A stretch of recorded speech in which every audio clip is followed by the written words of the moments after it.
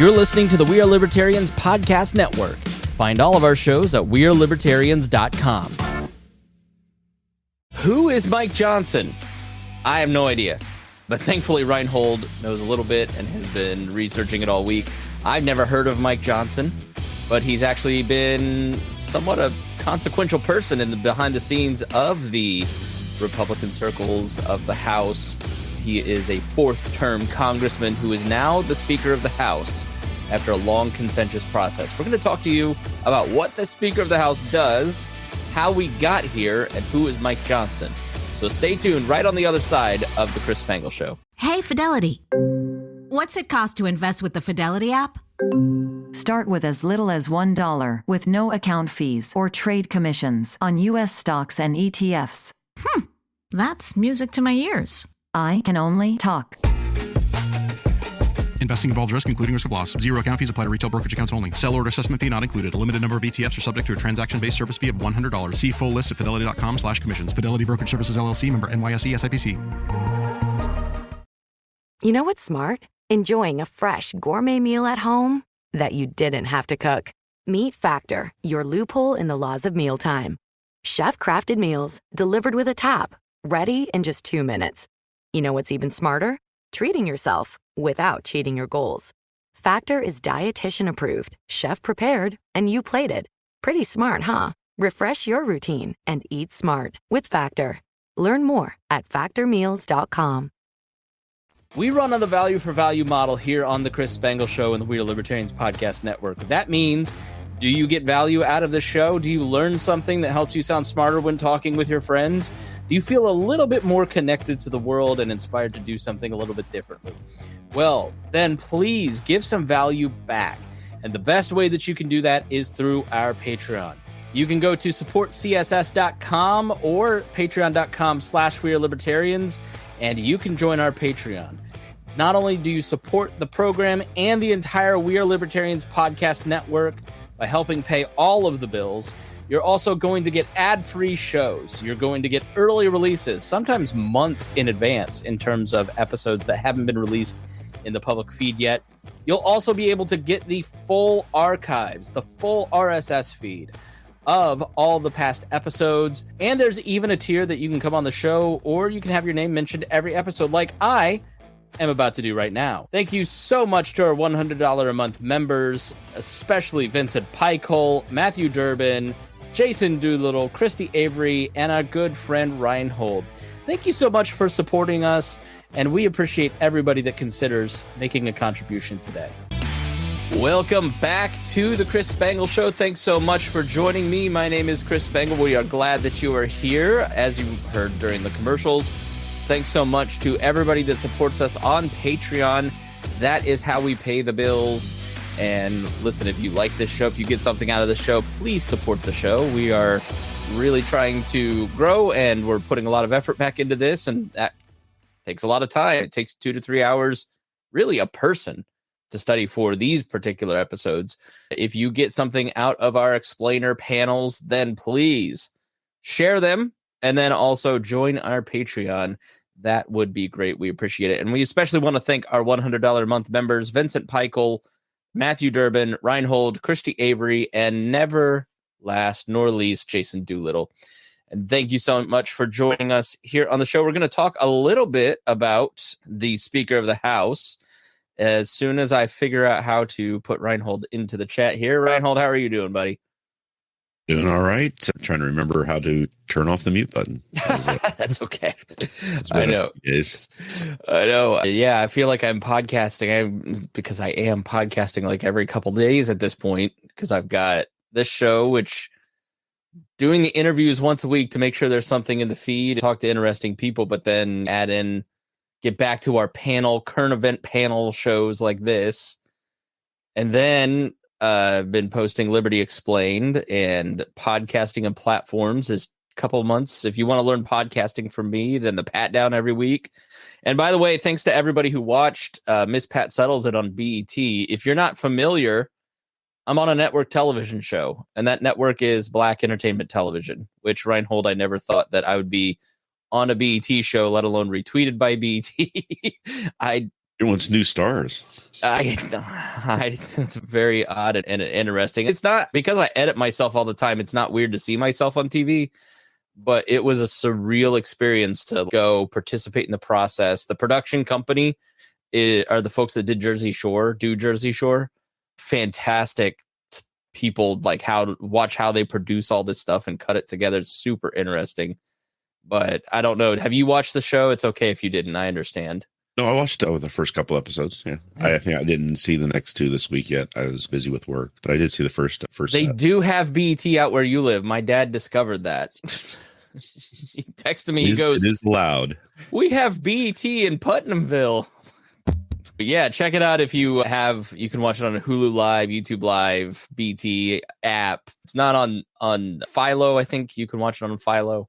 So check it out. Love your support. And if you enjoy it, please go grab one of my reels on social media, share it, and tell people about it. It was cool to go to the Pat Down party. We had a big party with 500 people in Atlanta a couple weeks, Rhinehold. And 2 or 3 people came up and said, "Hey, I'm a libertarian. Love your show." There's something about when somebody out in public says that they like this show, which is a lot smaller than the Pat Down. This is my baby, Rhinehold. This is the thing we've done for 12 years. It's very cool to meet people. So if you're one of the folks that came up and said that, I appreciate it. Rhinehold, how are you doing?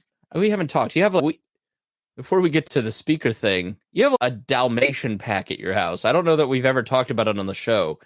You woke up one day and someone was having puppies and the puppies never stopped. It was we rescue dogs, but we with all the medical stuff that's been going on, and for the last 10 years, we keep trying to keep it simple. We have a couple here, a couple there.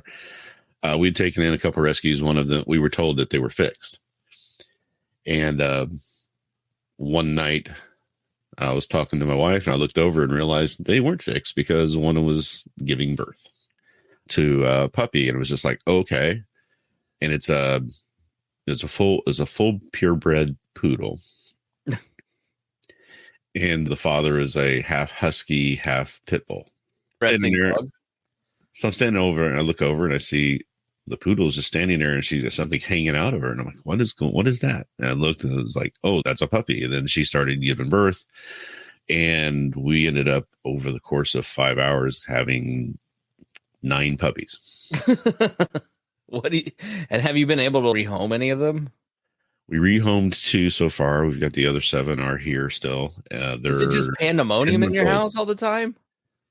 For the most part, yeah. They have a lot of energy and they like to run around and jump and play. And luckily, I have pit bull and husky. You've got a little bit of aggressiveness. You've got a little bit. And poodle, all that intelligence. Mm-hmm. That's quite a mix. They're not aggressive dogs in any way. They would never bite anybody. They are loving dogs. But they do like to play, so they will chase each other. And so getting them outside once we got them with parvo shots and everything, I have 20 acres. They have plenty of room to run. So they're outside right now, just running around the house, just full speed, just to run off all their energy so they can come back in and not destroy. So do you want to rehome them? I have the desire for that, but my wife does not. I've been overruled on that one. See, this is why you need to become complementarian. You just say, honey, I'm reformed now. And so now I'm the head of the household. I watched this Duggar documentary and let me show you this umbrella. Yeah, I don't think it's going to fly very well. Yeah, I know. So relationship. So let's talk about the Speaker of the House. We're going to show you just a very short video first to show you what the Speaker of the House actually does. Because I don't think a lot of people know it. I don't quite know it, which is why we're showing a video. So I want to have somebody else speak from a position of knowledge here. Hang with us just here for a couple minutes as we play this video to explain exactly what the Speaker of the House does and how much power they actually have. In September 2015, the current Speaker of the House, John Boehner, announced that he would be resigning. I should say this video is from Now This Originals, and you can find it in the show notes. So I should give credit to the actual YouTuber here. Everyone's surprise, his expected replacement, House Majority Leader Kevin McCarthy, declared that he was dropping out of the race. The next most likely candidate, Congressman Paul Ryan, has repeatedly stated that he's not going to run. So what do Yeah, this is an 8-year-old video, but here's the fundamentals of it. This is during the Obama administration. Paul Ryan would go on to be speaker. Mike McCarthy would be speaker, all that good stuff. Now we're getting to the part where it explains a little more. exactly is this? In many other countries, the role of speaker is also called the presiding officer. This person has a number of duties, but primarily they're supposed to moderate debate on the legislative floor.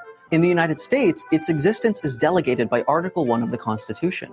And technically, anybody who Congress chooses can be the speaker, including non-politicians. This role is also the highest-ranking legislative position and comes second in the line of presidential succession. This means that if the president and vice president die, the speaker would become the president. But while the speaker has certain ceremonial and administrative duties, their real job is deciding which bills are allowed to be discussed and voted on. In other countries, this role is intentionally given to a nonpartisan member, so that political affiliation doesn't derail the ability to bring issues to the table. But in the United States, the speaker is a hotly political and partisan role, which means that whoever holds it has the ability to shift focus along party lines. This is largely the result of the speaker being selected by the majority party in the House, and they're expected to essentially represent their party. This is important when attempting to pass legislation in the face of majority shift. An example of this is how Congress rushed to pass Obamacare while Nancy Pelosi, a Democrat, was Speaker of the House. Had they waited until the congressional elections, Boehner would have been in power and certainly blocked the bill from reaching the floor. In 2013, when Obama wanted to pass funding for the Health Care Act, Boehner and other Republicans in the House literally shut down the entire government in protest. The Speaker also appoints a majority of the Rules Committee, which is considered one of the most powerful committees in Congress. Essentially, this committee decides exactly how the House can vote for a bill and under what rules to debate it. This has the power to shift a bill's intentions and is usually aligned with the majority party and the Speaker. By dictating which bills are seen and influencing the specifics of how the bills can be debated and voted on, the Speaker is an extremely powerful position.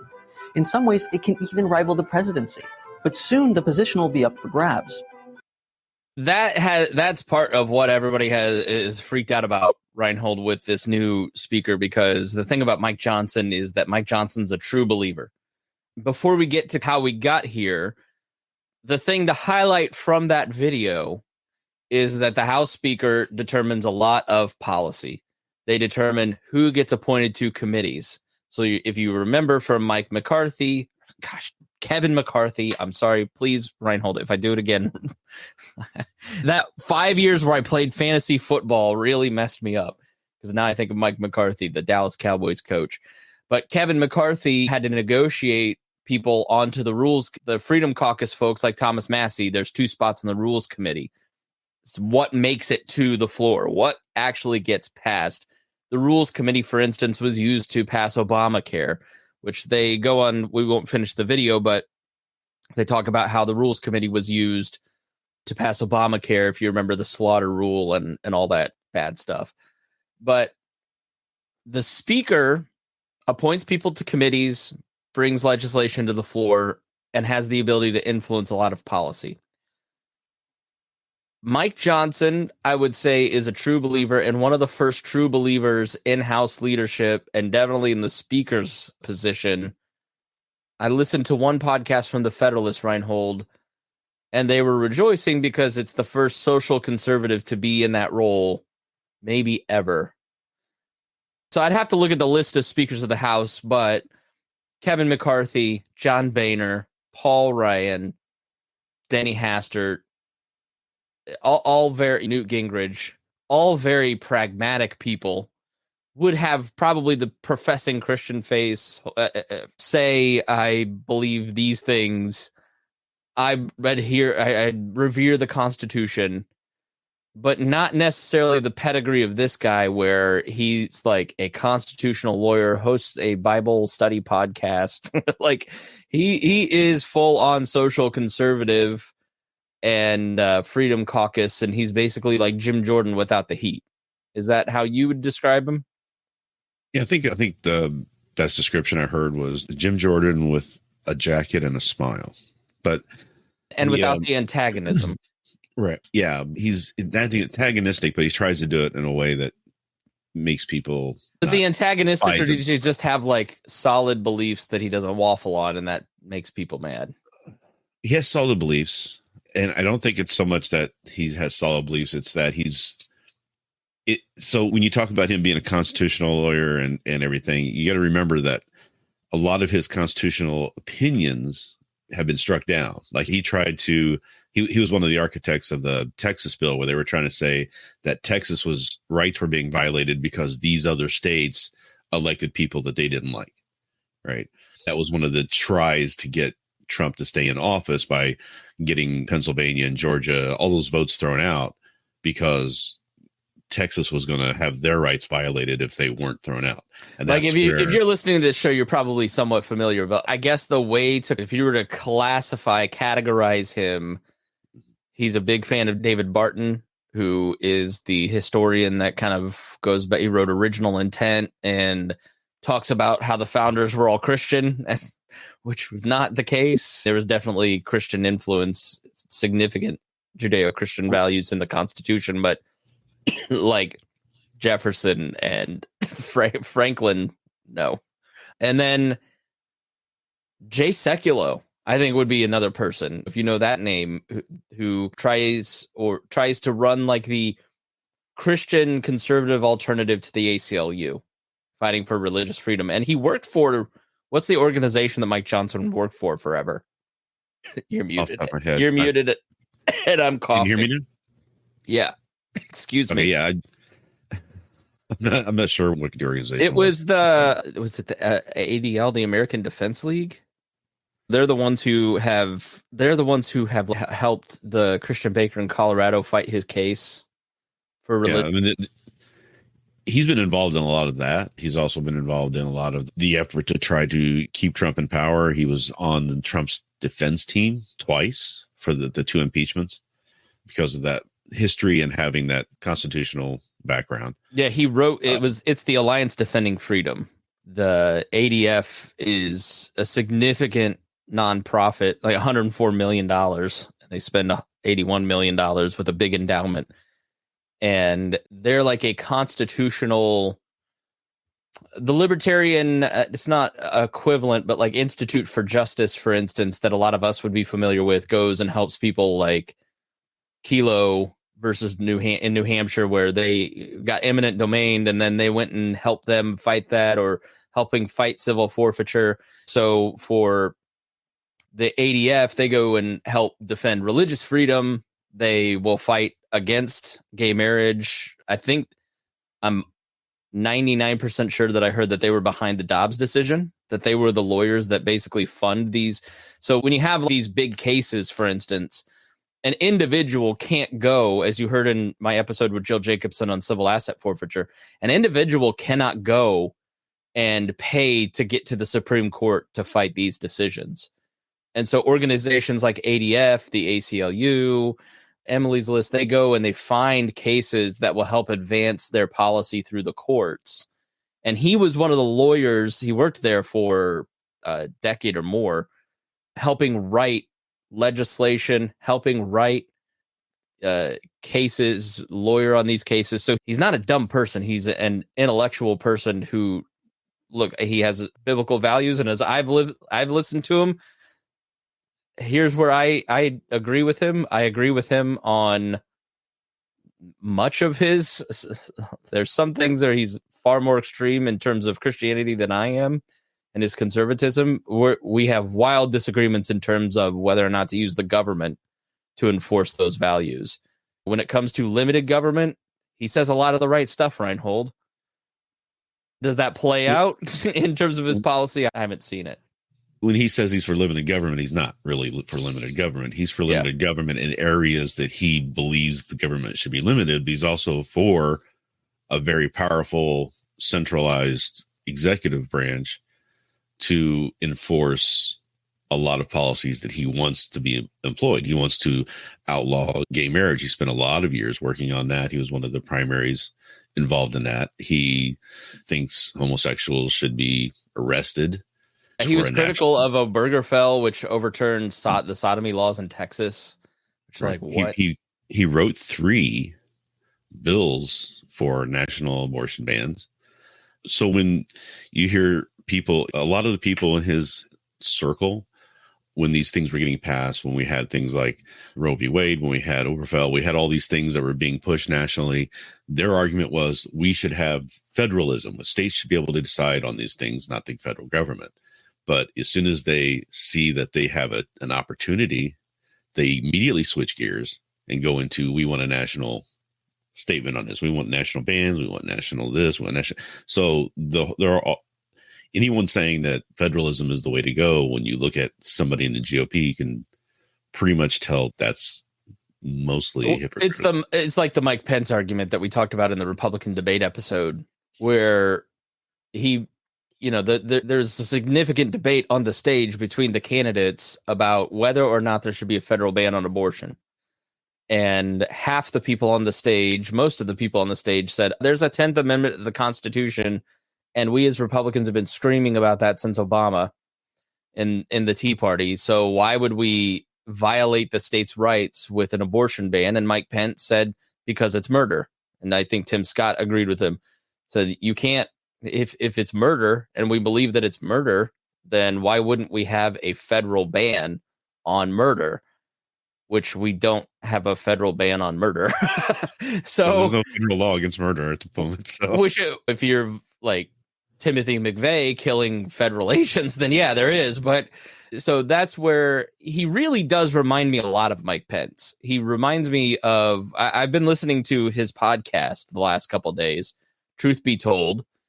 And one episode was like with a luminary from the Heritage Foundation, which has gone full Trump wacko. I loved the Heritage Foundation when Edwin Meese was in charge of it. Have my Heritage Guide to the Constitution over here and have read it and enjoyed it, but it's definitely a different organization post-Trump for sure. Full election denial. Forever, they kept this record for 20 years of how few elections were stolen and how hard it is to steal an election. And then Trump came along and now they're pro-election stealing. It's a bizarre thing. And Mike Johnson definitely buys into that and was the legal... What was the argument? You alluded to it, but maybe we could dive into it. He gives a speech, his acceptance speech, for lack of a better term, accepting the speakership, saying God selects our leaders, but then wrote the legal opinions to justify the overturning of the election in 2020, which doesn't make any sense. Right. He believes in more of the government. I've heard this from Rand Paul decades ago, that the First Amendment protects government from dictating religion, but it doesn't prevent people from using government to advance religious causes. Yeah. It's a one-way thing in their mind, not a two-way thing. In one of the episodes on religious liberty, he was a driving force behind the recent Supreme Court upholding school prayer, where the coach was praying on the sidelines and was fired for doing that, which to me is unconscionable. Like, why wouldn't a coach be allowed to pray with his prayers? Which wasn't exactly presented in the accurate way. It wasn't exactly what happened, but his point, just to finish my interruption before we get back to you, is that he was a driving force for that. ADF was a big driving force for that. And his argument in the podcast is that I don't believe him when he says we shouldn't have a Christian society. I don't think he's like full on Doug Wilson, who wants theonomy, who wants Christendom 2.0, where we need a purely Christian government, a Christian prince, Christian monarchy, right? He's a Christian Republican, right? Where they want a Christian government that is like the Republican constitutional structure, and one that enhances and respects Christian values while also being liberal and allowing other people, allowing the key word being there, to exercise their religion, to exercise their freedom of speech, their freedom of association. But the driving cultural force needs to be Christian. So not using the government to advance Christian ideas. But then when you look at the practice, Rhinehold, of not wanting Obergefell and these other things, that's where the argument falls apart. It does become a bit theonomist. Yeah, I don't think I agree with that. He doesn't want that. I think he does want that. I think he says he doesn't when it becomes politically and expedient to say that, right? So he had years and years of saying that gay marriage shouldn't be allowed, and he worked on cases to prevent it from happening and things like that. And then he gets elected to speaker, goes on to Sean Hannity's show, and I don't even remember most of those comments. I don't feel that way now. He starts walking all of that back, right? But he's also a supporter of Project 2025, which is exactly that. It's building a monarchy, an executive branch monarchy, and violating every aspect of the Constitution principles that most Republicans espoused for years. So it's just interesting to see what you watch what people say, then you watch what they do, and you can see from what they do that what they're saying isn't exactly what they feel in their hearts or what they're wanting to implement behind the scenes. Yeah, this is a huge debate on the right again. And it was forever. And then there seemed to be a truce on social issues. Not anymore. And here's why. Okay. Because when you look at where the Republican Party is going in order to survive, you have to look at the culture. All right. So when you look at political trends, the Democratic Party has most who identify with a minority group vote Democrat. And it's a coalitional party. And so I don't need to elaborate, but it's made up of all these different groups. So when Joe Biden gets elected president, he has to select people from identity groups to satisfy those coalitions, to maintain enough coalition. So because of his full-throated embrace of Israel, he has permanently lost the Muslim coalitions and the various groups. Go look at the internet. They're not going to go vote for Trump, Rhinehold, but they're not going to be enthusiastically supporting Biden at this point. I don't know anybody who enthusiastically supports Biden or ever have. Yeah, whereas been enthusiastically against the other side. But then Muslim ban comes along, and do you really want to risk it with him again? Then you have the Republicans, which has always been ideologically driven, and we've said this on the show for years. The ideological bent of the Republican Party was fusionism. It was fusing libertarianism with conservative Christians and constitutionalism and supporting in a significant way America's foreign policy of protecting the New World Order, being the world's policeman, and being militarily aggressive overseas. And then Trump comes along. And Trump basically shows everybody that, look, Democrats have minority groups, which are growing, and they have college-educated whites, which is a huge part of millennials. What's your base? Your base is rural Americans. And they're largely the ones serving in the military, which means they're largely anti-war. And then they're also culturally conservative. And when you pass a tax cuts bill, for instance, which how long did we hear from Paul Ryan and Republicans' tax cuts? Why don't Republicans talk about that anymore? Because Trump's tax cuts didn't affect any of the voters of the Republican base anymore. And so talking about tax cuts doesn't excite the base because it doesn't impact them at all.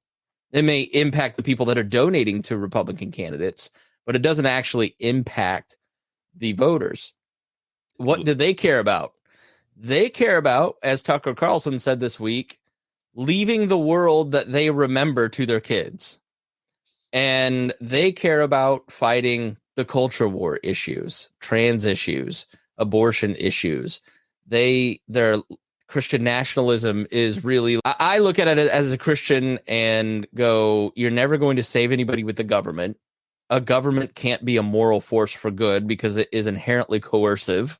It uses force to make people do things and enforce morality, and there will always be blowback from that. And you are further from your goal of saving someone's soul when you are using force versus persuasion. You are creating disharmony and robbing people of their free will when you're using government to create culture, when you're using government to create any kind of heart issue, anything that involves compassion. It's the same foolishness, Rhinehold, as trying to use the government for compassionate purposes. Big government programs are not as effective as neighbors helping neighbors. And so you can't use the government to produce these outcomes, right? So you may believe that marriage is between one man and one woman, but I don't think you can look back at the last 20 years and say, by fighting that argument, that it was good for the Republican Party, it was good for the evangelical church, and it brought about the outcomes that you were looking for.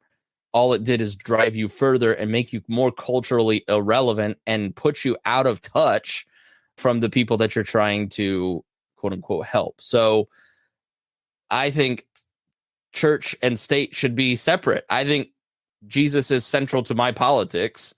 It's why I look at this war and I go, I'm not for either of these sides. I look at how Israel's prosecuting the war and shutting off all the food and water and aid to the people that didn't bomb them and didn't cut off babies' heads or whatever, right? It's Hamas, who is living in Morocco and Jordan and in palaces or under bunkers, under hospitals, who have all the food and medicine. And I'm certainly not pro-Hamas in any way, shape, or form. And I can't believe that people are. It's the dehumanization of people that robs. It's like when you pick a team in this particular fight, we're going to be pro-Israel and we're never going to say a negative word about how they prosecute the war. As Christians, you're denying the Imago Dei and the inherent value of Palestinian innocents that are being killed. And if you're just blindly pro-Palestinian, you're denying what happened to Israelis and the awfulness that was. So it's when you put your faith first and really look at politics through the lens of the Imago Dei, that we are all created in the image of God and therefore are all due dignity and respect and love, and I would add liberty in many cases, then it changes your politics and it makes you go, I don't want to use force on people. I want to actually help people and build in the community, as opposed to trying to change culture from the top, which doesn't work, Rhinehold. And even preventing culture from changing from the top which is really what's going on here. You got a group of people, and this has been the culture for, when people talk about culture wars, we've had culture wars going on for thousands of years, because what happens is you get one group of people who is trying to see changes in culture and advance that forward to be more acceptable and getting ahead of the curve, as it were. And then you've got people who see culture changing and want to pull it back and prevent it from changing. So you've got that tug at each other. And that's really where the idea of in the culture side of things, you've got the left and the right. And then you've got the economic side of things, where you have people who want to have a more progressive stance on the economics, and you have people more conservative say, hey, people, up your own bootstraps and take care of yourself and take care of your neighbor. You don't need the government to do this. And then you've got people who are saying, that's not working. We have all these problems. We need to do something. And they can't figure out what to do. So they use the tools that they see and around them and what they have available. And that's where they go on their end. That's the basics of what's going on in politics right now. But it used to be that and there was a study done recently that it used to be that Republicans were driven by economics, and you still see them trying to do that. When you hear these talks in the fight over the speaker, when McCarthy was there, they were wanting to have all these bills that are supposed to help bring down the debt, bring down the deficit, and $3 trillion cuts in Medicaid and $2 trillion in Medicare. And that's going to save everything, except the people who are dependent on those programs are going to scream and yell because you don't have anything in place to replace it. When you say the society should take care of it on its own, we should take care of our own brothers and sisters and our neighbors. Those programs aren't there yet. Yeah. So they're wanting to cut these programs and then hope that things just work. And that's not going to make anybody feel comfortable or happy about that. And you're going to lose the people who are dependent upon those programs. You talk about cutting Social Security. That's why they're not talking about cutting Social Security very much, and why Trump is against it, because he knows it's a political nightmare. It goes to that base that they need for survival.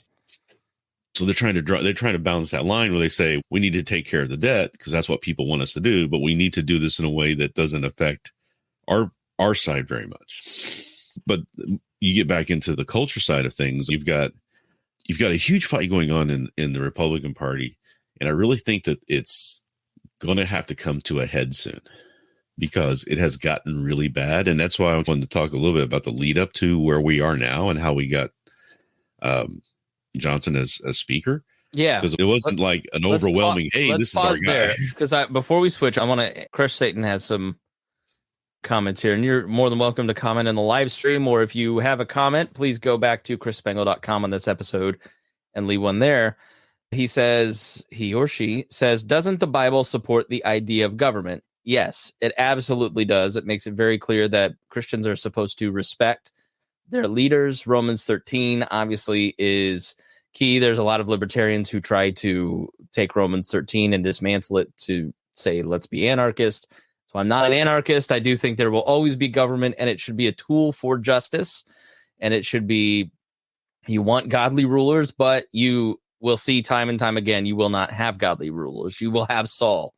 Even the godly rulers like David were not godly when they were in power, because power absolutely corrupts.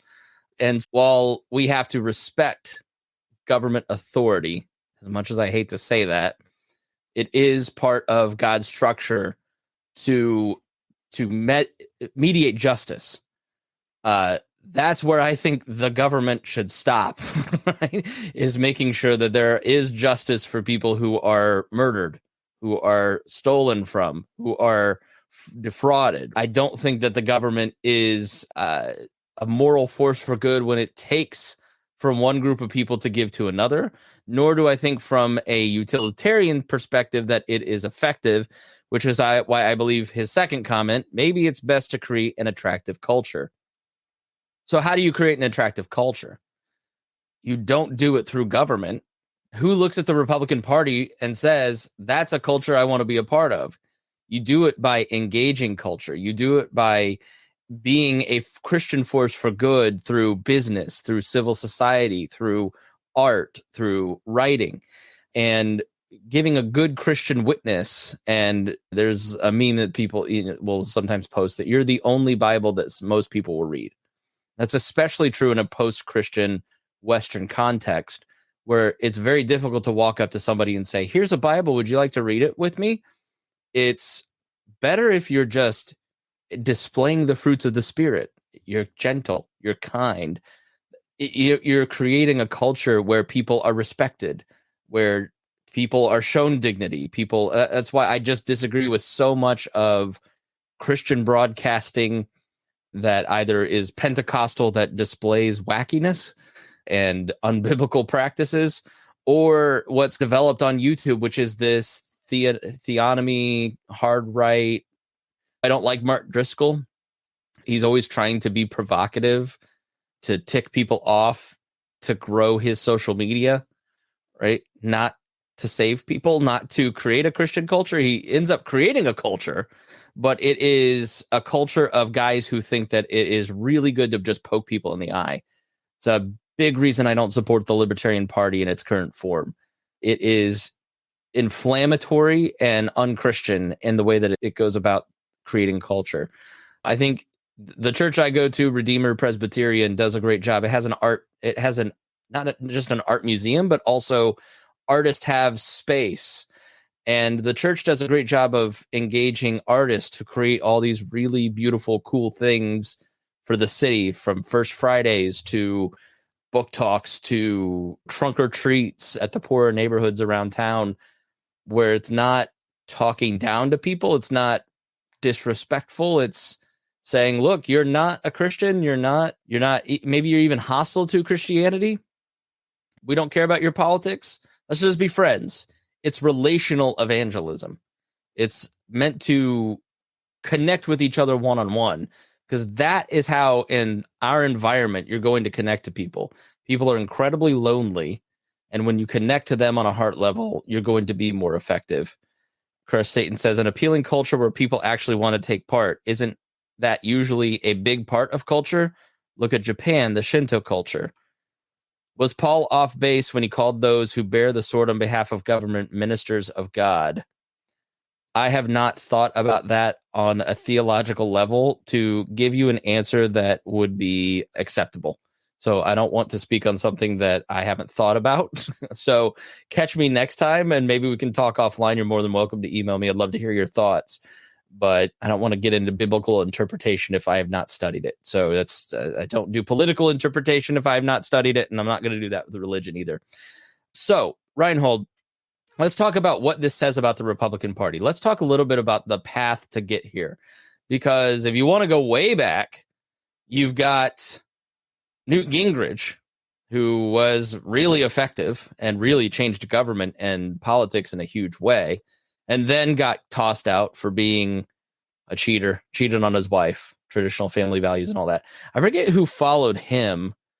It may have been I don't know who took over for him when he resigned. Do you? Gingrich was...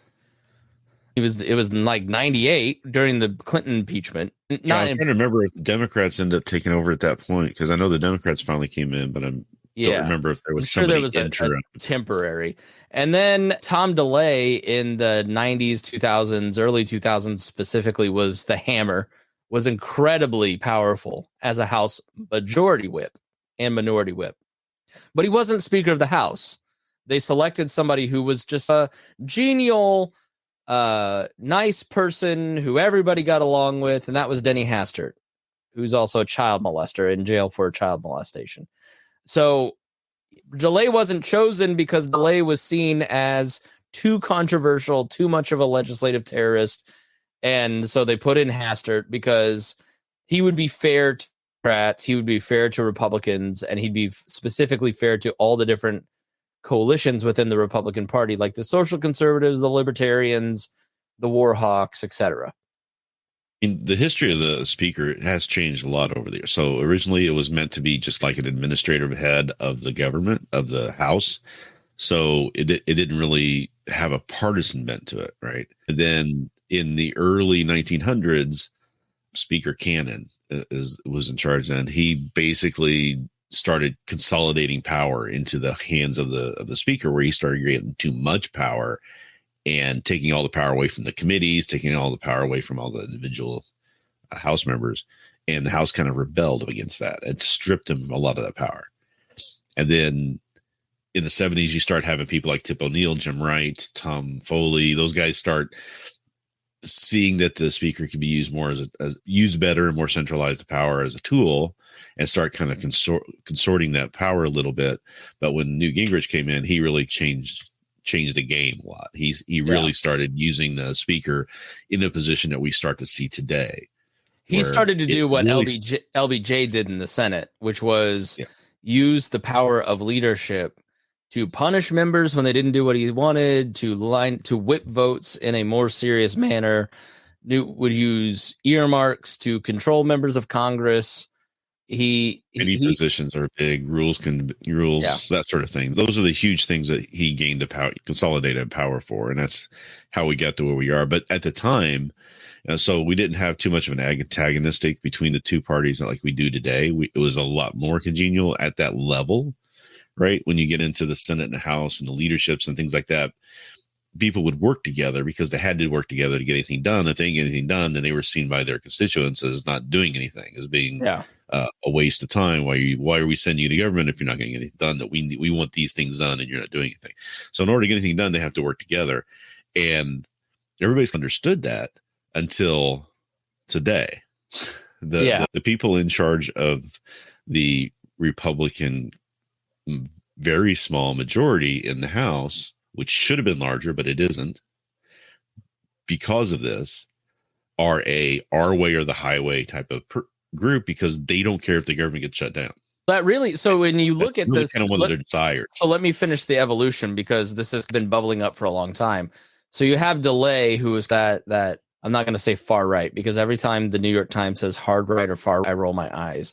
But harder conservative, maybe more principled, maybe a little bit less moderate, I guess is how you'd put it, and couldn't be speaker. So then Democrats take over. Nancy Pelosi was speaker for a long time and intermittent with John Boehner. John Boehner was a thorn in the side of people like Newt Gingrich and Denny Hastert, part of the 94 class. And John Boehner was always seen as a bomb thrower. And then he became the establishment and had to be gotten rid of because he was still running the speakership the way that Newt Gingrich ran it. So John Boehner used to be Jim Jordan, right? Which a lot of people forget. And then along comes, so he gets kicked out during Obama because he had a nice conversation with Barack Obama, and that was just intolerable. And then Paul Ryan becomes the speaker after he really didn't want to become speaker. He had been the vice presidential candidate under Mitt Romney. He was well respected. He was a strong Reagan conservative, tax cuts for everybody. We need to worry about the deficit, that kind of thing. And was too much of a deal maker, so he gets kicked out. Nancy Pelosi takes over. So when they come back, then that's how you end up with Kevin McCarthy, because they've run everybody out or lost. So you get put in this position with Kevin McCarthy where he has to agree to this package, which you can go and listen to the episode on Kevin McCarthy if you want to hear it, all the details. But he agrees to this package where you always could have one member of Congress say, I want to get rid of this person. It was never used, but it was used against Kevin McCarthy because Matt Gaetz hates him. And the majority of the majority for Republicans was 4 votes. They thought they were going to blow it out of the water, but then the Dobbs decision happens and people vote against Republicans because the culture is largely pro-abortion. And then they end up with a 4-vote margin. And so he's basically held hostage by the Freedom Caucus, which used to be people like Thomas Massie and Justin Amash and even guys similar to the current speaker, Mike Johnson. But somewhere along the way became like Marjorie Taylor Greene, Matt Gaetz, Lauren Boebert, who are distinctly different than Justin Amash, who's one of the smartest people in politics, Thomas Massie, who is one of the smartest people in politics and has real political beliefs, real foundational principles. You may not like them, but they actually know what they believe, like Mike Johnson, etc. And over the last decade, it's evolved into showmanship.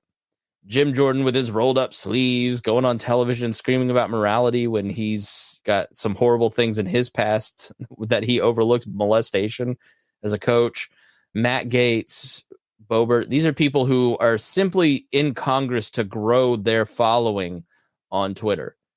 They may be useful tools at some point, but it's funny now, Rhinehold, to see like Matt Gaetz and all these people going, this is what we wanted all along. It's like, no, you and the Democrats voted to get rid of Kevin McCarthy because you didn't like Kevin McCarthy and he wasn't a trusted person. You had no idea that you would end up with somebody that was close to your values. I think that they were pegging their hopes on Trump, because what we have to understand about what happened over the past 3 weeks is Trump's fingerprints all over it. And a lot of people don't want to admit this or see it or even talk about it. I don't see it talked about too much, but remember when it first started talking about who was going to take over, we had Scalise come in there and he was going to be the candidate and everybody voted for him. And all of a sudden 3 hours later, he's pulled out of the race. Same thing happened to Emmer. Right. Yeah. And the reason why that happened is because when they made the vote, they thought, okay, we got a guy in here that everybody's okay with. We probably get this guy through, maybe, etc. In the conferences, when they had their discussions, which I hear were very heated a lot of times, they were almost fist thrown on occasion. But they came out with that name, and then they got a phone call. People started getting phone calls from Trump saying, "This isn't the guy I want in there." Yeah, Trump wants somebody in here who's his guy because that's his vision for his next president, getting back into the presidency. It's really the driving force behind Project 2025, as they want everybody to take a loyalty pledge to him. Yeah, his guys in there. Every person in the executive branch of the government is going to have, in this case, as Project 2025, is going to have to pass a loyalty test to him, as opposed to being loyal to the Constitution. Why is Vladimir Putin dictator of Russia? Okay. It's because Boris Yeltsin needed to find somebody that would pledge not to prosecute him when he left the presidency. So as his health was failing, he found Vladimir Putin, who promised him that he would not prosecute him for corruption. And he didn't. And Yeltsin spent his last couple of years not being prosecuted and going to jail. Donald Trump is running for president so he can become president to pardon himself and to pardon everybody else who didn't flip on him. If you flipped on him, then it's going to be nothing but Donald Trump's personal retribution. The government will not operate for 4 years, which may be the libertarian argument for him. And if you like chaos, if you like rule of law and you like competent stability for economic growth, then you're that kind of libertarian like us. Fairness and justice, that's all out the window. Yeah. Right. Which is what we buy. But if you're just a collapsitarian, then he's your guy. Which is hilarious about all the like all you guys are you're not going to vote for Michael Rechtenwald or whoever you even put up. You're going to vote for Donald Trump. That's who they're going to vote for.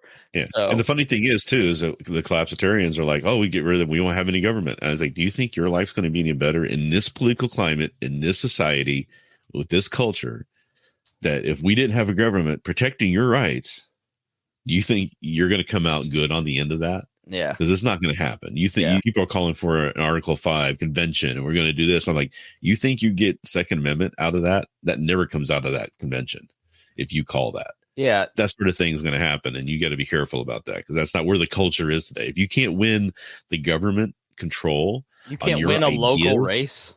Yeah. If you can't win government control and your ideas as they are right now, so you think you have to collapse the government in order to get that, you just need to convince a few people and you can gain control. Now you try to collapse the government and then say, okay, now it's going to be this way. There's everybody around you who believes differently is just going to tell you no. And it's just not going to happen that way.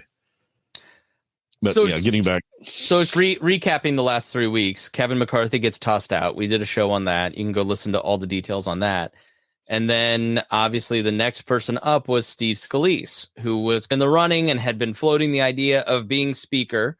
And then Steve Scalise bows out. Yeah, he was talked about when McCarthy was first having his issues getting in there. Yeah. He was the guy that people were looking to because we think you should be the guy. He's the second in command, as it were. He was kind of McCarthy's guy. But did he drop out because he just didn't have the votes, or was there what was the main objection to I think he was told you will not win because Trump doesn't want you to be the speaker. Therefore, all of these guys who line up behind Trump will never vote for you. Because what you have to realize about most of the Republican conference is they don't believe the election was stolen. They don't believe that Donald Trump should be president, but they can't tell the truth because they have to win their next round. They don't want to be primaried, and they don't want Matt Gaetz to go on his podcast and tell all their secrets. And then, so Donald Trump is still thrown out the window now. Yeah, because they all end up voting for Mike Johnson. They've doomed themselves to not having power in 2024. And we'll explain why in a minute, but because there's big stuff coming up. So then Scalise bows out. And who was after Scalise? It was Jim Jordan. Jim Jordan was the guy. Jim and Scalise were running against each other. And then all of a sudden Scalise pops out. So now it's just Jim Jordan and nobody. And there was somebody who floated his name at the last second. I think Scott was his name.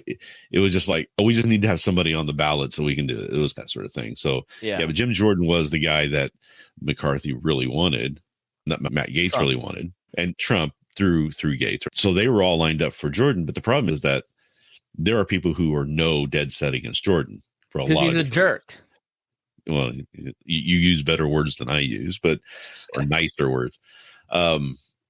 He's literally, I think, the lowest of the pond scum in an institution that is full of pond scum. He's like the lowest of the. So you're not a fan. Comer are not people who I would even sit in a room with. If you're new to the show, Rhinehold's basically progressive Democrat. He's basically in the DSA, the Democratic Socialist America. How was the Free Palestine rally? Oh, yeah. The joke's funny, but he's not. He's a libertarian. I just love to tease him. But no, I've been accused of being a Democrat 30 times this past week. Trust me. I know. On Twitter. Yes. I know. So Jim Jordan can't get it through because he's just ticked off too many people. And Then they go to Emmer, who was the whip of the House. He's got somewhat of one of the roles of the Speaker that we haven't mentioned is that you're supposed to be able to raise a lot of money. Kevin McCarthy raised a ton of money. Nancy Pelosi raised a ton of money. So how does the Speaker have power and lord that power over their members? It's by saying, I'm not going to fundraise for you anymore. And Emmer had an operation and connections in Washington, D.C., but he never has and won't admit that the election was stolen. And so that is the ultimate litmus test for Donald Trump. He knows it's completely ridiculous. He knows that the election was not stolen. There may be moments and flashes where he actually buys his own BS. Everybody else knows that the election was not stolen, except for people who have been bamboozled by this propaganda and people like Dinesh D'Souza because they're doing it for their own personal gain. But 150 lawsuits and reality disagree with you. And that's why it's called the big lie, because if we can get you to publicly humiliate yourself by admitting that this big lie was reality, then we've captured you. And people like Mike Johnson and Jim Jordan and these other Republicans, they've been captured. They've ethically are compromised because they are publicly trying to dissolve the rule of law in this country. And Emmerich, it was Emmer, and Emmer. He had Emmer done some refused to do it, so therefore Trump bragged about sinking him this week. Yeah. So the problem with Emmer is he didn't vote for when it came up on January 6th when they were trying to knock out those states. He was one of the ones who did not vote for a lot of the decertifications. He voted to certify. He voted, I think he voted for a continuing resolution. He voted for keeping government open, that sort of thing. All things that are tools for the mega group to say, the populace to say, we don't want that. So those were red lines that he crossed. You can't say these things. You can't do these things. These are not approved. And Trump didn't like that because he knew that he wasn't going to be able to use him like he wants to be used. And even though Emmer tried, I love Trump, and he had a picture of himself with Trump in his office while he's doing this speech, an interview or whatever. And so he was trying to make overtones and say, hey, I'm a Trump guy, even though he's not really. But you got to play the game. You got to play at the feet of the person who's king, right? That's what they're doing. That's what they've turned the party into, is a party of personality, a culture of personality. That's how populist movements work. You have that personality that drives it. You have, when we had Perot was that personality who drove the Reform Party. And then as soon as he's not doing it anymore, it falls apart. The same thing's happening to the GOP. Eventually, Trump won't be there anymore one way or another. And that movement's going to fall apart on itself. And it's probably going to fall apart sooner than later. But that's why Emmer was still trying to suck up to Trump. And it didn't work. He's not having a good week last week anyway, for various reasons. He said no. I'll see if I can find the clip because it's so funny. It's just pure Trump. But then 8 or 9 guys get into the race, and somehow we end up with. Okay, here's the clip. Let me see if I can pull this in quickly and smoothly. There's some things that happen just while you're looking for that happened in between some of these things, is that they were having such trouble getting somebody to win because Jordan was failing. Wasn't getting passed because he wasn't there. So they started floating the idea of giving the current speaker pro tem provisional powers to be speaker until January. So give the Republicans some time to come up with a candidate. And then that didn't work. So when Emmer drops out, then they start talking about a possible McCarthy-Jordan co-speaker type of thing. And everybody was just like, what the heck McCarthy is this? kept sniffing around. McCarthy kept trying to get back in on the action. Here, this speaks to the base thing that we were talking about in the last segment. I said there's only one person that can do it all the way. You know who that is? Jesus Christ. If Jesus came down and said, I want to be speaker, he would do it. Other than that, I haven't seen anybody that can guarantee it. But at some point, I think we're going to have somebody pretty soon. Yeah, as if it's his decision. No, and it was. He's put out, like, when Emmer got tanked, he was putting out on True Social, whatever. It says, yeah, they can't. I said he wasn't good, and within an hour he's dropped out of the race. I did that. I think he said I killed him. Bragging. Yeah. And then he did the same thing with Johnson. He's like, I like Johnson. Johnson's because he's at the trial. So he has this pulpit that he's in New York. He's going out to the press and trying to talk to them all the time and having his little media events. Meanwhile, complaining that the government's trying to turn it into a media event. Hilariously, side note. But that's when he was saying, yeah. That's when he was pushing for his guy to get in there. And that's how Johnson, out of those 8 people who are running, they all started falling away because it was starting to coalesce around the guy that Trump and the MAGA. Okay, so Trump was the one that was pushing for Mike Johnson. Yep. Okay. All right. Because I wondered how he emerged because I'd never heard of him before. Yeah, he's a Trump guy. He was on Trump's defense team twice. He was the author of the Texas amicus brief trying to get that passed through. He was one of the him and Jordan were like the kind of the leaders behind the scenes of it, or Jordan was more the face of it, but Johnson was behind the scenes trying to do all those lawsuits you talked about with Trump. He was part of some of those. He was directing a lot of those questions about it, which is going to be curious if he gets drawn up into the overthrow lawsuits or the suits that are going on now and the trials. But I don't think it's going to happen, but that would be funny to see. But he's known in that circle as being keep Trump in office kind of guy. So that's obviously if Trump picked him, then yeah, but there's also probably somebody who whispered in his ear and said, I wonder who that was. Trump doesn't have original ideas. No, I'm sure he was called and told, hey, he's got people he listens to.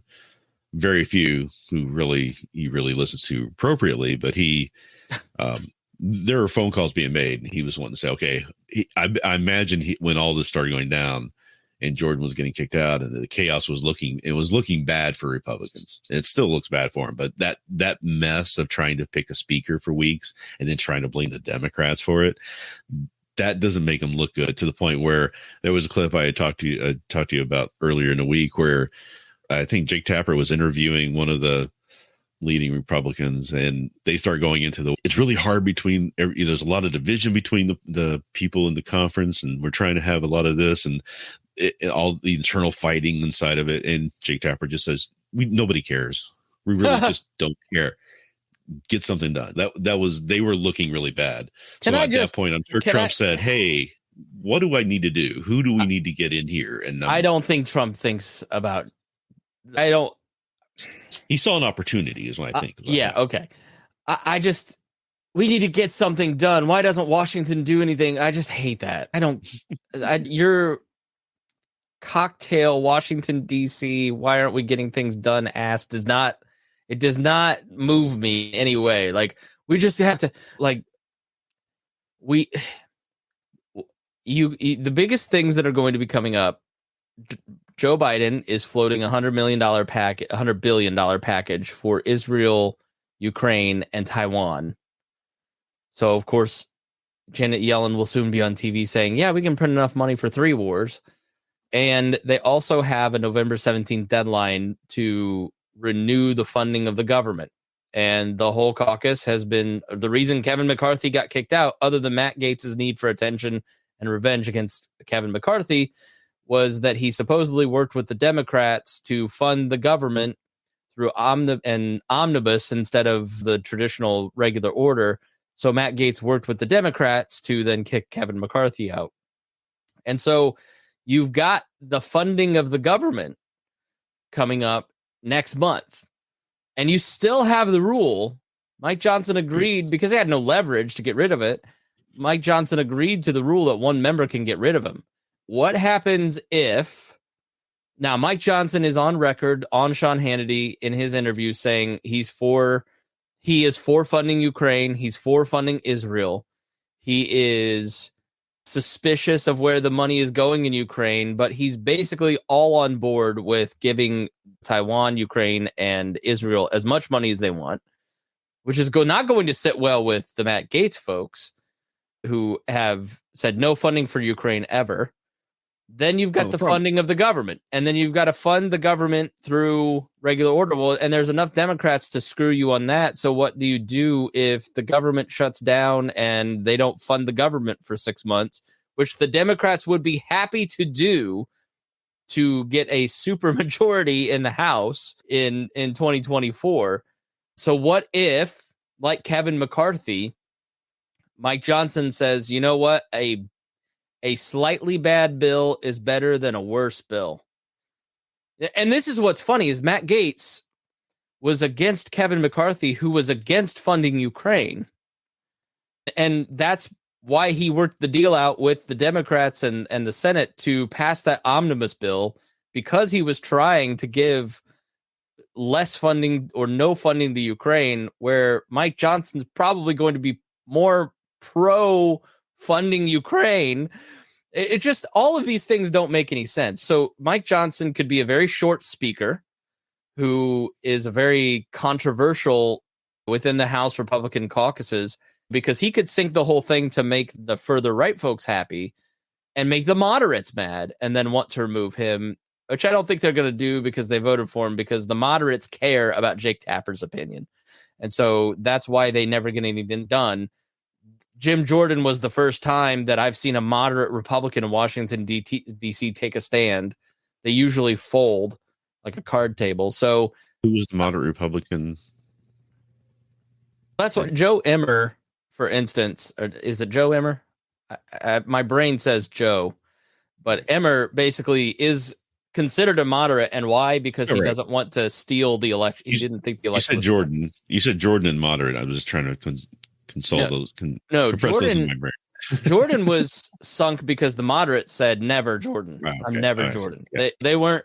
Oh, I think the media is mad at us. The media is mad at us for not having a speaker, and Israel just happened, and so maybe we all should just vote for Jim Jordan, guys. That's usually what they do. This time they said, no, this guy. It wasn't that he. It wasn't just that he was a populist right wing nut job. It was that he was a terrible human being who was also a populist right wing nut job. That's what Jim Jordan was never going to get. At least those people to vote for him, I don't think. Mike Johnson is ideologically similar to Jim Jordan, a few differences here and there, but he definitely wasn't as hated. He's a nicer presenting guy. He's definitely a person of better character. He's a person that likes to work with people. You would think that the far right would be ecstatic right now. They're not. Have you heard about the right-wing backlash against Johnson? No, I haven't. So I talked to you a little bit about this a few days ago, a little bit in the chat, but Mike Johnson has this story about having a son that he adopted before his 4 children were born. It was a 14-year-old black kid, and he brought him in. His name was Michael. Very similar story but he maintains this, and he has talked about, but one thing he did was when they were talking about what happened with George Floyd, he made the statement that he was outraged. He felt that this was obviously murder. If you look at it, Chauvin should be punished for it. And he also then stated that seeing what his 2 sons have gone through, he sees that challenges are different for his black son. His black son is going to see a different challenges in life. So basically, he said with David French, this is what the beginning of the hate for David French, right? Who is I think it's when somebody says they hate David French and they bag on him, I think it's hilarious. Okay, so you're just mad that he calls you out. Yeah, so because of that, he's basically saying there needs to be some institutional changes in order to get rid of those imbalances. Basically saying institutional racism is a thing, and that Chauvin should be what was committed murder. So Matt Walsh immediately says, here's a clip of this new GOP speaker saying this is horrible. So it's even worse than it looks when you see the full context. He's objectively he's saying that this was an act of murder when it wasn't. It was Chauvin was overdosed, and why are we doing this? And I had this argument with someone. I go, did you not see the 9-minute video of the man's knee on his neck? Yeah. So it's not. So let's say he did overdose on fentanyl. The cop still had his knee on his neck for 9 minutes. That is still outrageous, objectionable. You're buying into one autopsy and ignoring the other 2.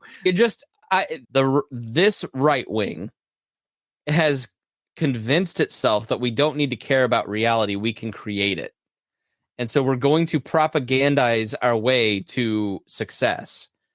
And the rest of the world goes, that's exactly what the left does and why I don't like them.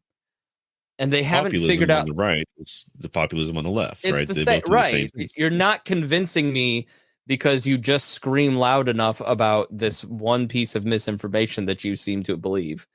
I just don't get it.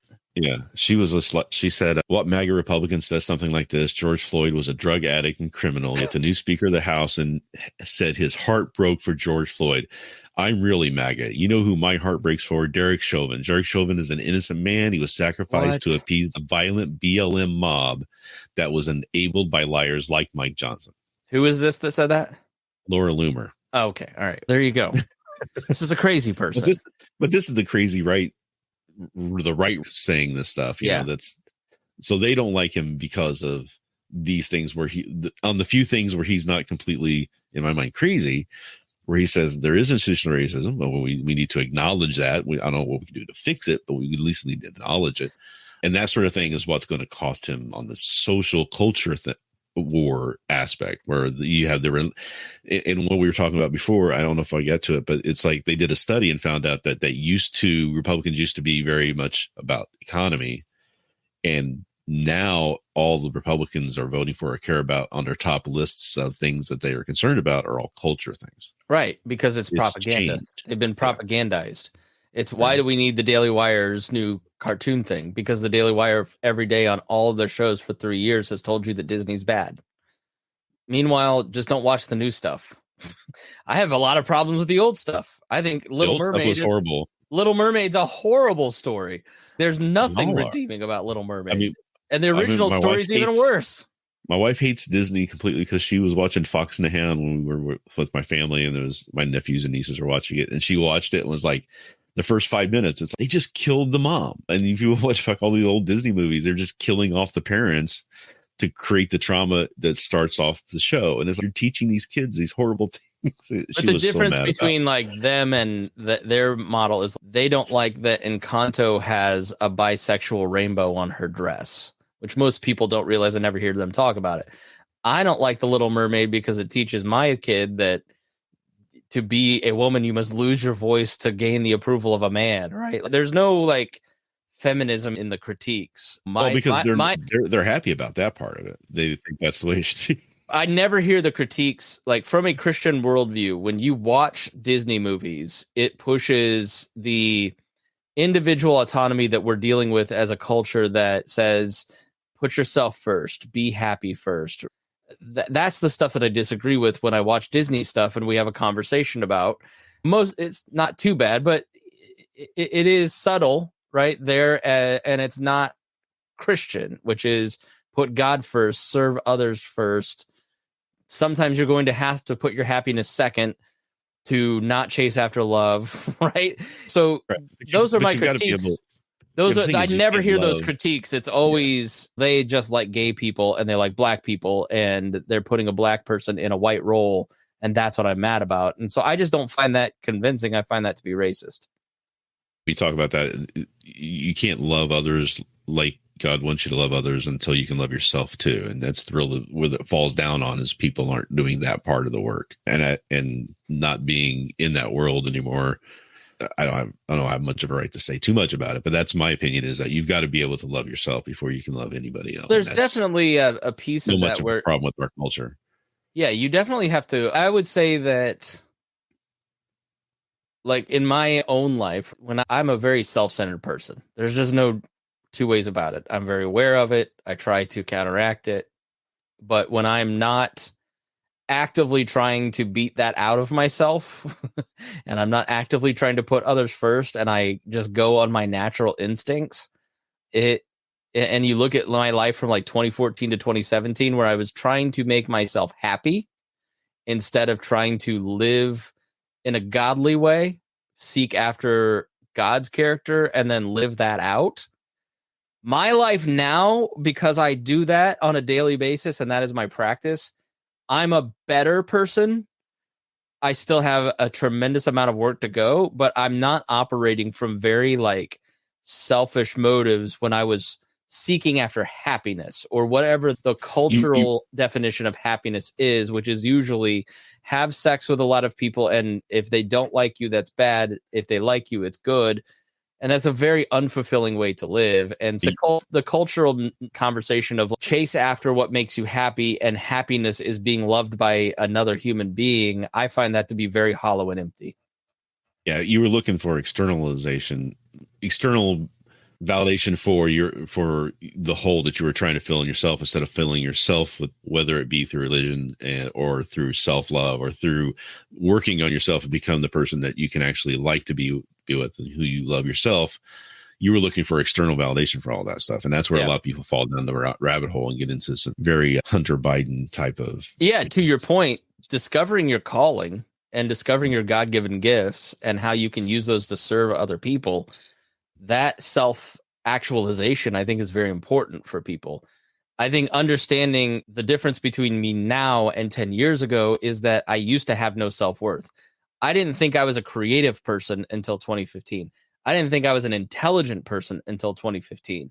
I was living for the approval of others, and it's because I had no self-worth. And then once you connect with how much God loves you and what he is willing to sacrifice for that, then it changes your view of your own self-worth. If you understand the Imago Dei and that you're created in the image of God, then it changes your perspective of yourself, as opposed to this frenetic need for approval from other people. It will always be in my DNA. It will always be who I am.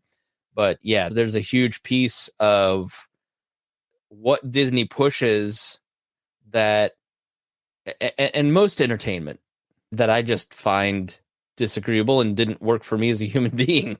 It made me miserable.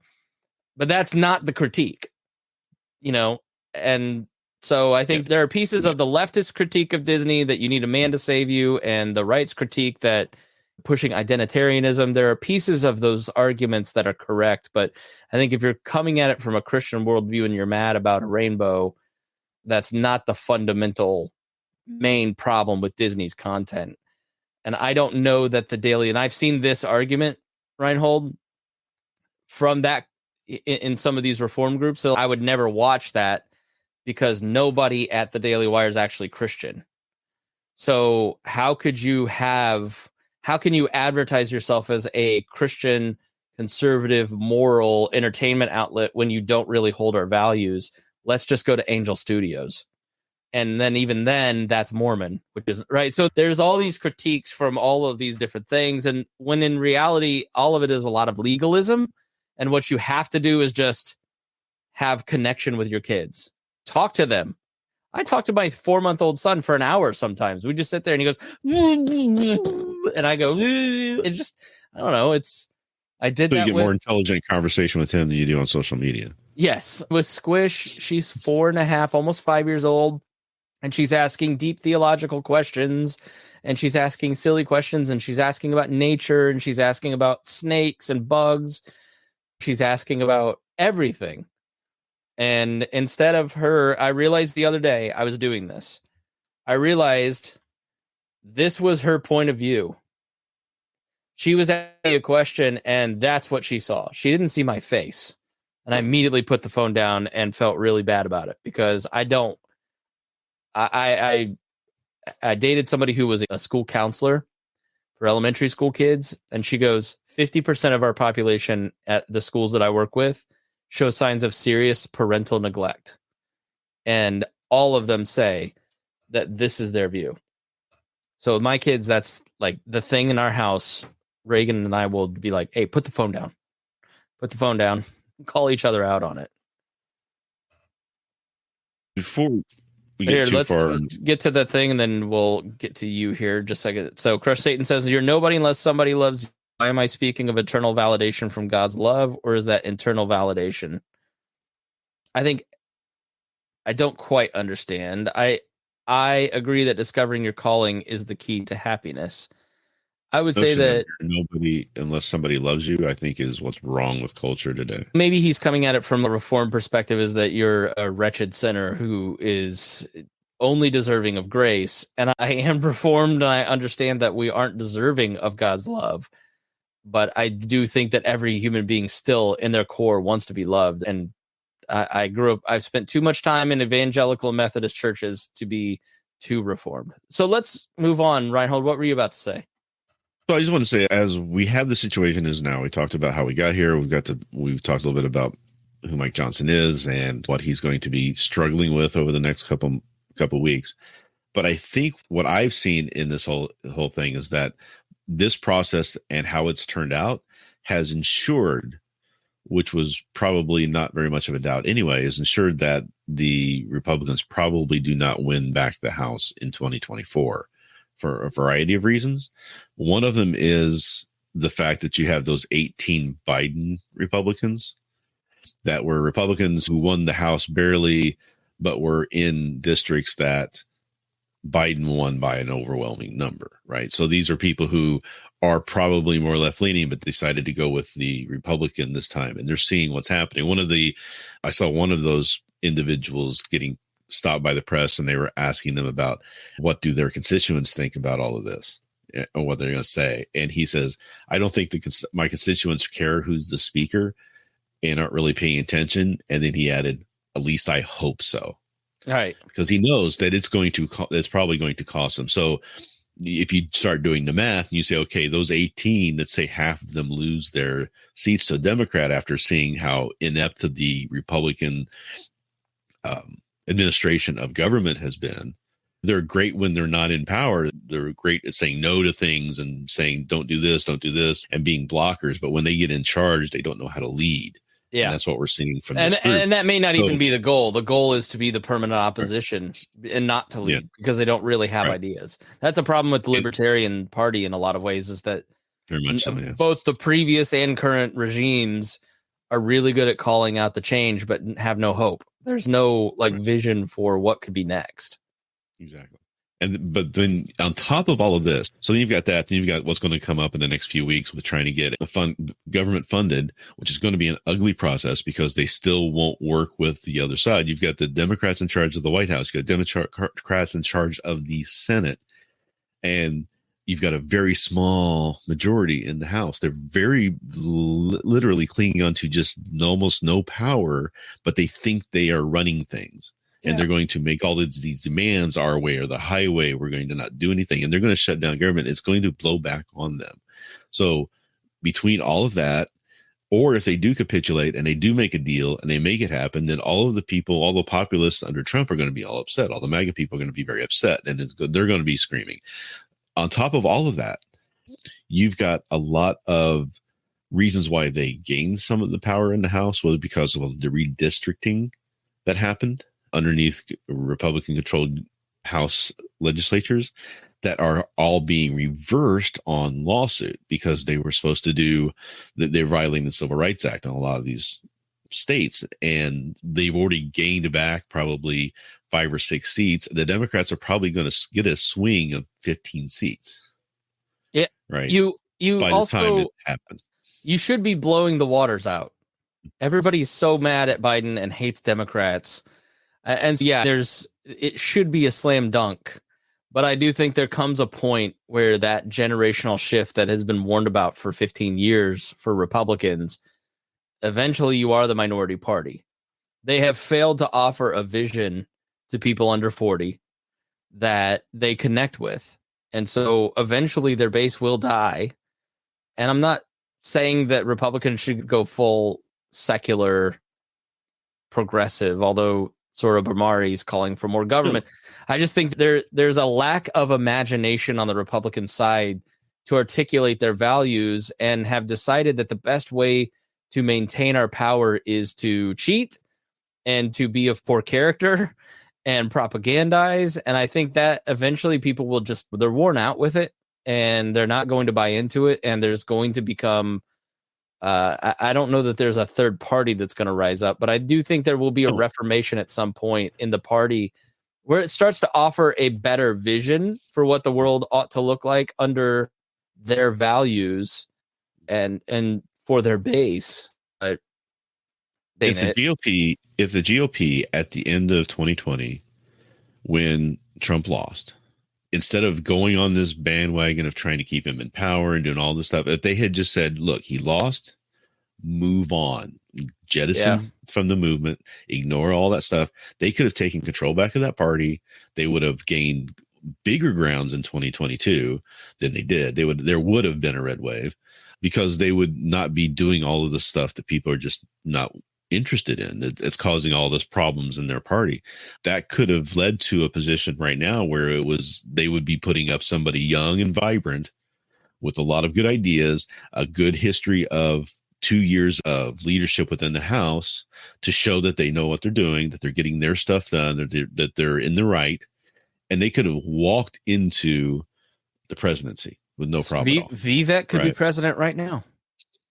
And Biden wouldn't even be running if that were the case. If it wasn't Trump leading right now, I don't think Biden runs. Yeah. They don't want to take the pain. It's a lot like the country. The country is going to be bankrupt in 2030. And nobody wants to take the pain. The leadership doesn't have the fortitude. The American people don't have the fortitude. And so we're just going to print money until things get to a really bad situation instead of having a sort of bad situation. And I think a lot of it lays the blame should be laid on the feet of Mitch McConnell for being a coward. Had he actually taken the trial seriously and impeached Donald Trump or removed his ability to be president and taken this off the table and made him a lame duck, he didn't want to do it because he didn't want to make everybody mad, and he had his calculations instead of having a long view of where the party needs to go and say, we need to take this pain now and upset our base, and it may personally cost me my ability to be speaker, and it may cost me my seat, and it may cost a lot of other people their seat, but in the short term there's pain. In the long term we're gonna just have new vision, right? And you could have started saying that we're the party of principle and been somebody who meant it, right? So by doing what they've done, they've completely eliminated them being able to say stuff like that. They've just proven themselves hypocrites. And look at Susan Collins, who had all this power and potential, and now she's a laughingstock because did he learn his lesson? Did he learn his lesson? They just throw that back in her face all the time because that's why she didn't vote for him. And it's like they made so many bad decisions from first nominating Trump, which was more of, I think, a laugh than anything for a lot of people. Once he gets in, and I even defended him for a long time in some of the attacks he was getting, because I think that there was a lot of high power really coming from the left on it. But when you get the Mueller report and you see all the things that he actually was involved in and it did not exonerate him. I don't know where people are getting that from if you actually read the thing. Because I just said, no, this guy is what they're saying he is, not to the extent where he's not like a tool for the Russians, but he's going to use them as best he can. He's going to use things to get him his personal power and not being concerned with what's best for America, best for the Constitution, best for what's best for the party, that sort of thing. It's all him. And that's when I think the GOP should have stepped up and said, no, we're not doing that anymore. We're not going to do that. I was somewhat sympathetic. I said in 2016, I was like, we elect this guy. He's the Grackeye brothers. I just read Mike Duncan's book. I was like, he's going to break the norms. It's going to be bad.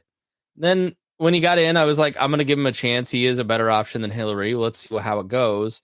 And I don't think he was horrible until 2020. Then we get to 2020 and it's like, you're going to use the military on American citizens? That was my last straw with him. That was just... And then tear gassing people to go take the photo shoot with the upside down Bible. And then the right wing tries to propagandize and say, that's not what happened. Don't believe your lying eyes. It's no, I was there. I remember January 6th. I remember everything. I remember doing shows in August of 2020 saying Donald Trump's not going to go from office quietly. Here's his plan. Here's what he's saying. Here's what he's telling us he's going to do. He's already saying the election was stolen and rigged. So on election night, he's going to say that. And so it was just like surprising. And people read outside of their circle. So they just go, well, this is just what the truth was. And then it's, if you expose yourself to a broader base of information, you see this guy is full of crap. And where's the Kraken at? And I'll never forget one libertarian podcaster. Him and I were talking a lot. I haven't talked to him in a while, but he's like, yeah. The Kraken was when I realized it was all BS. because they had bought the Wisconsin thing, and like if you don't know how elections work and how blue districts are slower because of the larger population, report later, and these pops and everything, of course, if you don't have the base of information and experience of watching elections, then maybe you would think that was stolen. But if you have experience and you've been in count rooms and you watch how it works and how hard it is to steal an election, and you come from a place of information and experience that's broader than just 4chan, then you are not convinced that anything's stolen. And then they're like, yeah, I just kept waiting for it to drop, and then it never dropped. So yeah, eventually all this, like, how many people are running around going, Mike Flynn just said the election wasn't stolen. The freaking head of QAnon, or I know he doesn't want that title, but that's the guy that has been carrying that movement, said it's not stolen. Like, it's FBI just plant, wasn't he? I don't know. FBI informant, probably, but like Flynn got to a point where it was like, yeah, I just think this is all ridiculous. The people who had the Kraken are guilty. Yeah, I don't believe it. I don't know. So there's just, how many times do we have to be told the military is going to be activated next month and kick out Joe Biden? Like, how many times does your aunt have to hear that before she finally goes, maybe this is just all fake and these YouTubers are scamming me for money? FK Jr. is going to come back and fight RFK Jr. for the presidency. I know. All right, we need to wrap up because we're like almost 2 hours, so we got to stop this. So it's enough already. All right. Thanks for joining us here on the show. We appreciate you. If you got something out of it, please share it. That's the only way, best way for a podcast to grow, is for you to tell your friends. And we're up like almost 1,000 listeners in the last 6 months. Y'all are doing a great job. We are very appreciative of that. And I log in and look at the back end of the podcast thing and went, oh, okay. Significant growth since July. So it's very encouraging to see that you're connecting with the content and you're sharing it with people. Thank you so much. We appreciate it. Thanks to Rhinehold, and thank you for tuning in here on the Chris Spangle Show.